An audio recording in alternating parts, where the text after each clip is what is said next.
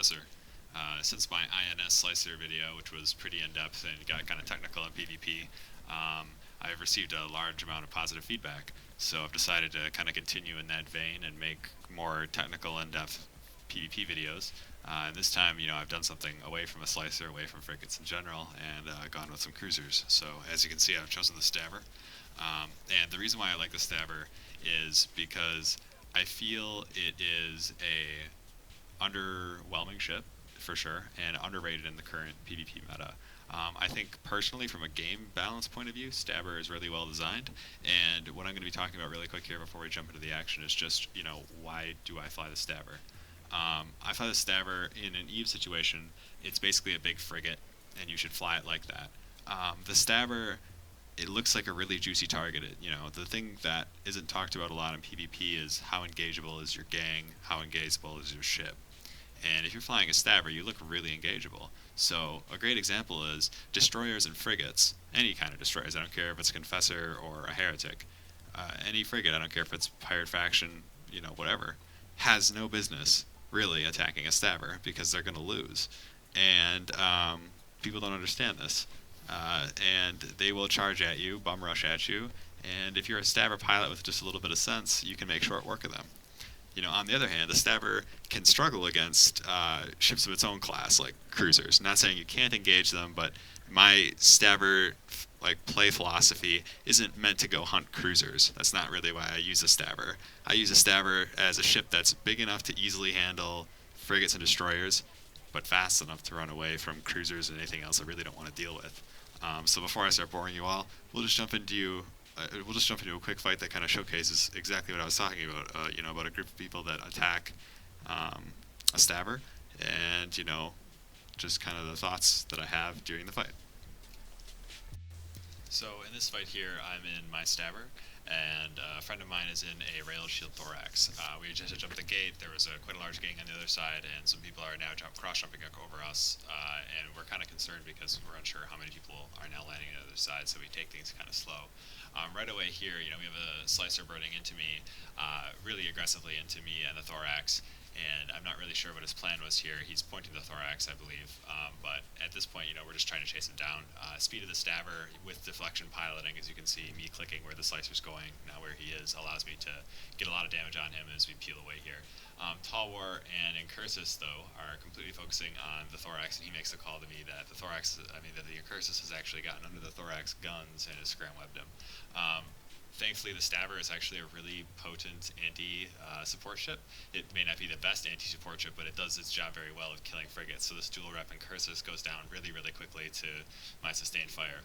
And here, the Talwar isn't warping out when he should be. And again, with the really, really fast speed of the Stabber, you're looking at almost 3K a second unheated, unlinked. It's a pretty nice ship to catch people like this. And this really quick fight here, a destroyer and 2 frigates down. I'm not really sure why they engaged. I don't think they would have engaged if it was 2 thorax, or maybe definitely 2 RLML caracals, but maybe the Stabber just kind of threw them off. This unlucky Stabber here, I guess because of the warp speed changes, landed in late and wasn't really in the fight with his friends. Again, the Stabber is really, really high speed, especially heating the NWD allows me to get the initial point, and no real fancy flying here. I'm basically just going to burn him down with lots of guns, and with the thorax's added DPS, he's really not going to be that much of an issue. But again, 2 well-piloted T1 cruisers make really short work of another cruiser, destroyer, and 2 frigates. And while it's not a really difficult fight, I just want to kind of point out that the enemy team decided to take the fight willingly, and the Stabber performed in this role, really well. Not amazing piloting, but just kind of a situation where that underwhelming factor that I was talking about earlier may have come into play, allowed me to get a nice fight and pick up some kills. Alright, that fight, pretty easy, pretty one-sided. The next one I'm going to show you is kind of, again, in the same vein, a ship that really shouldn't be engaging me in the first place, deciding to come and aggress me. In this situation, it's people, and, it just goes to show how undervalued people think the Stabber is, and how grossly he miscalculates trying to come in and attack a cruiser and a destroyer. So me and the Speeple had been warping around on the head GP Kever's Gate for some time now, and it looked like he had kind of wanted to engage me. I'm initially hesitant just because most people flying around in Speeples this early after their release are generally linked snaked, and if that's the situation, my stabber may lose a fight like that, and it just isn't something I really want to deal with. But watching him more closely, checking up a few other things, I kind of believe that he doesn't have either of those things, so I'm kind of looking for a fight here.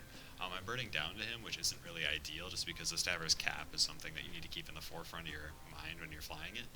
It's pretty poor, especially when you're running your MWD, so if I can have people come to me and only use the MWD just to pull range or to reposition myself quickly during a fight, I always love to do that to just try and conserve my cap. So I'm just aligning off and just trying to look here again like a juicy target, and this is a situation that you might find a lot if you're solo PvPing. You're just going to have one or two guys just sitting around at a gate. Luckily for me, this Speeple takes the bait and decides to warp down on me. Pretty early on, it's obvious that he's already fed because he's sitting at 25-30 kilometers and doing good damage to me. If he was AC video, wouldn't even be hitting me here. But again, this is going to go back to I think the stabber being a really good underrated ship is he's completely miscalculating. Misjudging this fight just because even with his dual tank, I'm just absolutely ripping him to shreds. Sadly for me, with local the way it is and with the action I'd seen earlier on the gate, I'm kind of hesitant to go in for the kill when I see a slicer start warping down. Speeple starts pulling away here, and he's actually faster than I am. He did, so technically if he was a smart pilot, he could have gotten away, but I may have been able to chase him and be much more aggressive there in order to get the kill. But this fight, again, while not super impressive, just goes to highlight how little people value the stabber and how grossly they miscalculate the damage a well-fit stabber, a well-flown stabber can actually do to their Tech 3 destroyer or anything like that. A slicer here just warps off immediately the second the fight starts, so at least he figured out pretty quick enough to go any further than to look threatening.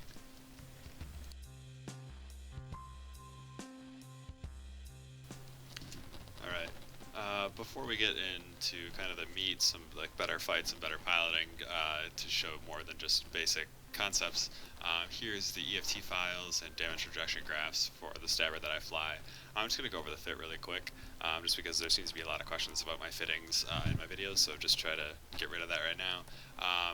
The high slots are set up in such a way to help distribute heat as much as possible. I prefer RLMLs over newts on the stabber, just because of a few reasons. I'll just cover up a few.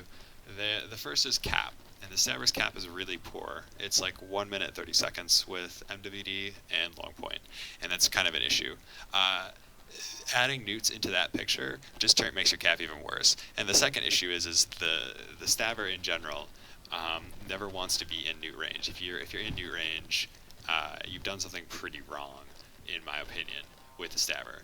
I think a web is more effective if you are really concerned about a frigate getting under your guns, but in all of my experiences flying the stabber, I really like that added DPS of the RLMLs because they really help buff your range and your damage up, because that's one of the biggest glaring weaknesses of the stabber hull, and in fact a ton of Inventar hulls, is how comparatively weak medium ACs are compared to other weapon systems. Even after the buff that they were recently given, which isn't nearly enough, they're still a pretty poor choice in a bad weapon system. The only good thing is the higher tracking that you can get out of 220s with double TEs that I have here in the low slots. I think double TE, double gyro is optimal use to try and get at least the most DPS you can and range out of a horrible weapon system that's completely broken, for the best benefit to cost. The mid slots, they're pretty self-explanatory. I go with NWD and a long point, and 2 LSEs. Now, there can be some variation. If you're really concerned about cap or you find yourself burning around a lot, you can drop an LSE, put a small cap booster in there if you need. Certainly save on fitting, you open up a rig slot by doing that. On the other hand, if you really want to take your stabber to like a super kitey frigate killer, you can always drop the LSE for a web, and that just kind of further pushes you into the role. I prefer the double LSE just because of, in my mind, just a little bit more versatility. The fights that I'm going to be showing you next are kind of big game hunting in the stabber, fighting battle cruisers and other cruisers while, in a stabber, and that extra buffer can sometimes really be nice to help you stay in the grid. But before I bore you even more, let's get into some better fights and just show some situations where the Stabber's really high speed and frigate kind of flying style can be useful even in cruiser battles or battle cruiser fights. So in this fight here, me and again a friend in a shield thorax, a rail thorax, have been just kind of dicking around in this area of space and had just recently gotten in a fight with some T1 cruisers and battle cruisers. This lone Drake is here, just chilling and burning back to the gate. And you know, in a situation where you see a Drake, at least in my mind, especially the Stabber, he could basically do nothing to me. He's of no threat. HML missiles are trash. And will not kill me quickly at all. Ham missiles don't go out far enough to hit me from here, and there's no way he's fast enough. So I just have him pointed. I'm just shooting him, just trying to do damage to force him through, to maybe keep them interested, just to try and keep a fight going. You always want to just try and push and knock on every single door that your opponent gives you. So if it's a ship just sitting somewhere, even if you can't kill it, just shooting it, forcing it through, doing something to maybe force their hand, to force a fight, to do. Just to create a reaction. So his shield's getting pretty low here, and he's going to need to make a decision at some point of what is he going to do.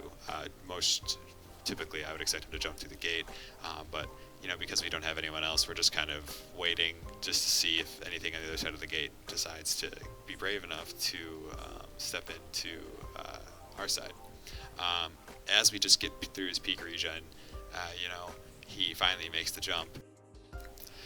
Once he has jumped, especially when you're on the grid trying to get a fight, if you can reload immediately, start repairing right away, like just even in between, 30, 45 seconds in between fights, it really helps out. I think a lot of people kind of neglect this fact, but if you're in a ship that can reload, it's always a good thing. So right away we have 3 T1 cruisers that warp in from the grid, Caracal, Rupture, and Thorax.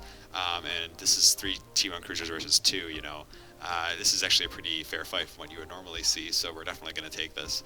Originally just burn out a little bit of range just to kind of see how they're fit, just to kind of see what their reaction is, just because the different ways that these ships can be fit are going to kind of change how we're going to approach this fight. Right away I call the Caracal primary because of his ability to project damage. Ideally, if we can kill him right away, that would be ideal. He's actually HML fit, and they're actually primarying the Thorax. So the Thorax is going to be the needed one to keep range here. The Rupture and the Thorax on their side are both burning out after our Thorax, but our Thorax being shield fit is much faster and has the ability to kite. I'm taking this opportunity to actually burn into their gang parallel to the 2 slower cruisers and apply better damage and get fully engaged in on this Caracal here. We've kept damage on him to solely focus and primary him, just because, again, of his projection. If we can kill him, we'll be able to easily kite out and win against the slow Rupture and the armor blaster Thorax. My friend in his Thorax is taking quite a significant beating, and he's almost out of his shield buffer, but luckily for us, this first Caracal is going to go down here, and we'll then be able to isolate the Rupture from the 2 Thoraxes that are still fighting. So now that the Caracal's down, again, I was just trying to conserve as much cap as possible, not running my MWD, just really taking it easy. The Stabber's really fast speed, and the intelligent piloting on the Thorax part of him starting to loop back around to me is going to allow me to re-engage in the fight. I pass the Rupture pretty close here on the side, and he actually starts warping out because he's just being left in the dust between these 2, and now I finally get engaged in the fight, provide my second point, and again, I need to be careful not to get in scram web range. My compadre makes kind of a huge blunder here and doesn't have his small cap booster set on auto reload. He actually caps himself out and gets scram webbed, which is going to make short work of his shield Rax now that it's caught. This Rax didn't run his reppers, I'm not sure. It definitely wasn't the best fit, but here in this situation, I'm just going to get close, just finish him off. So we traded, 2 for 1. Technically, though, unless, barring pilot error, we technically should have gotten 2 T1 cruisers out of that, with no losses on our side. I like that fight because it shows kind of the utility and the usefulness of the Stabber, and how speed and maneuverability can really end up playing a huge role and are a really great resource to have on your side when you're engaging with someone. So that fight and the next fight that I'm going to show you uh, are really good highlights of what the Stabber can do when it's fighting, larger ships. The Stabber is extremely fast. 3K a second almost, unheated, unlinked, unsnaked, is incredible. What I was talking about earlier about how the Stabber is definitely fast enough to avoid anything it doesn't want to fight or can't fight, is definitely true. In that fight against the cruisers, if you go back and look at it again, I'm actually burning into their gang, passing their ships like 20k away, going 3k a second, burning right over towards their vulnerable caracal. And either the Rupture or the Thorax have the presence of mind to see what I'm doing, number one, or number two, have ships fast enough to stop me. And then after the caracal was dead, my friend was 80k away, and without really even heating or like pushing too much hard cap use, I got right over and was able to re-engage, while the Rupture, who was left in the dust because of my other friend burning away, had to disengage completely and warp out, and eventually would have to warp back before he would be able to help out. So that on-grid maneuverability, kiting successfully, is something that is really, really powerful. And if you have mobility and range control on your side, you get to choose when and how you're going to fight. Flying a kiting ship, and like the quintessential kiting ship, the Stabber, is really a great exercise in why kiting is superior to brawling in basically all aspects when it comes to solo and small game PvP. The ability to, play the field, not just hope that they don't have XYZ ships or, too much DPS or too much tank and, having to really hard engage. The resources of mobility and, range control are things that are huge. And the next fight here is just kind of a simple one-sided thing, but it just really highlights, the two glaring differences between, two styles of play. So, after we had kind of cleaned up some of those cruisers, the guys that we had been fighting decided to upship into battle cruisers to come and fight us. Now, at one point in time, battle cruisers used to be extremely strong. However, in the current meta, battle cruisers are terrible ships. Their extremely low speed, coupled with their lackluster DPS and projection, make them just poor choices against the recently buffed T1 cruisers. This Armored Brutix here is a really great example of that. The Shield Thorax and certainly my Stabber are so much more faster, so much more maneuverable, that because we have this long point locked in on this Brutix, unless one of us makes a piloting error, we're going to kill him. A lot of PvP videos that you see with people brawling, I should be ramming him with my Stabber, or we should be ramming him with a Thorax, and of course if I would do that, my Stabber would die in a ball of, horrible fire, and I would need, at least a few beers to put out those flames. But, well-piloted ships, in this case, a Brutix is no threat to a Stabber. There's no way he can hit me out here using blasters, and he's not fast enough to really pose a threat as far as slingshotting or doing anything like that. So this fight right here is just a battle of attrition, and it's a painful way for a brawler to die, but that the idea of mobility, being able to pick and choose your fights, knowing when to run, knowing when they've brought too much, is a great highlighted example of like some of the inherent strengths of the Stabber hull, just being as fast as it actually is, that kind of give it, even though it is underwhelming, kind of give it the ability to surprise people. I'm not sure this Brutix would take a fight against two Thoraxes, but again, because the Stabber, many people don't really consider it a proper cruiser or a really, really good ship, he decides to fight us. Pays the price for it, obviously, but all in all, it was a good kill, good clean kill, and I think a lot of people in EU probably would be satisfied with it. Like I said, nothing spectacular here, just kind of, two proper kiting cruisers engaging, a brawling ship, and, what should be the inevitable end every single time, because in a fight like this, it's the kiter's fight to lose. So, just to kind of end this video, on just some more PvP notes, the next few fights I'm going to show you, I'm just going to basically just talk over just general fights, and kind of the logic or what I'm doing in these fights to just try and utilize the strengths of the Stabber, which, speed, mobility, range control, and just trying to grab and bag some kills against ships that may, on paper, or may at first glance look like I should technically stand no chance against. So this fight here against a Phantasm is a really good example of just trying to utilize the Stabber as best as possible. You know, I'm not immediately going to run from a Phantasm. Watching him burn towards me, I'm looking at his velocity, I'm looking at how fast he is, and unless he's faster than 3k a second cold, you know, I'm always going to try and at least take the fight just to see, you know, if I can get a kill here. My ammo selection with my light missiles isn't the best, but, you know, the Phantasm, unless it's beam fit, and unless it's pulse fit and fit properly, is actually going to kind of struggle to hit me out here at 30 to 30ish k. So, you know, starting the fight right away, I'm just going to try and keep out his range as much as possible. I'm not long pointing him just because, again, the Stabber's cap is extremely weak, and seeing that he's active tanked, it's going to require me a lot of cap to just keep burning and kiting him out like this. And because of that, I just want to try and conserve as much as possible. This is obviously a Brawling Phantasm just because of its very short range Scorch. He's pulse fit, and I'm assuming he has a Scram Web just because of, you know, what his range is looking like, plus the active tank. On top of all that, you know, with the cap booster that he's running, you know, he definitely has the advantage on his end. But you know, he flies. He's flying a ship that's slower than mine, so, you know, as far as I'm concerned, I'm going to stay here and, you know, maybe get a really awesome kill mail, but at the end of the day, just have a really nice fight, just with some nice piloting.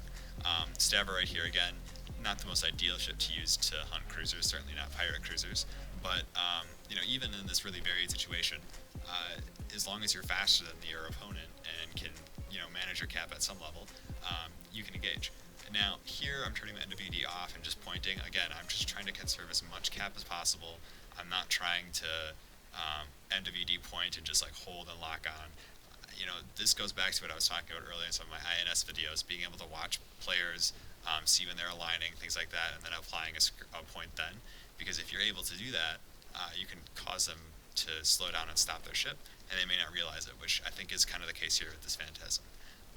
I got a little bit too close here and took quite a bit of damage, so I need to kind of pull range, be careful, just because in the fit that I have, if you run out of shield and start entering armor in your Stabber, you really don't have that much EHP. And the Phantasm is looking like he's able to tank me when I have to sit this far out here, just because of probably maybe a faction booster, or it could be ancillary runs with an invuln. But I just don't have enough DPS to break him, which is unfortunate. So entering armor this much, I'm forced to eventually get pushed off.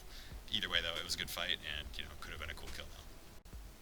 So this last fight here is just kind of an example of me biting off a little bit more than I can chew, but thankfully Stabber's fast enough to kind of get out of trouble. I want to engage this Destroyer gang, and immediately Slicer starts burning out at me, which is just great. I start fighting him right away, and I'm just trying to pull out away a little bit towards the gang. Slicer, I'm hitting him really hard, so he's actually starting to burn right back in, and I chase him for a little while here, but this is actually pretty risky. Again, I'm flying parallel and basically burning back into their fleet. Thankfully, with heat and these pilots just using a click approach, I'm able to basically just burn along the side, and while they're wasting time trying to accelerate and decelerate back on my line, I'm able to pull enough range to maybe decide if I can fight here or not.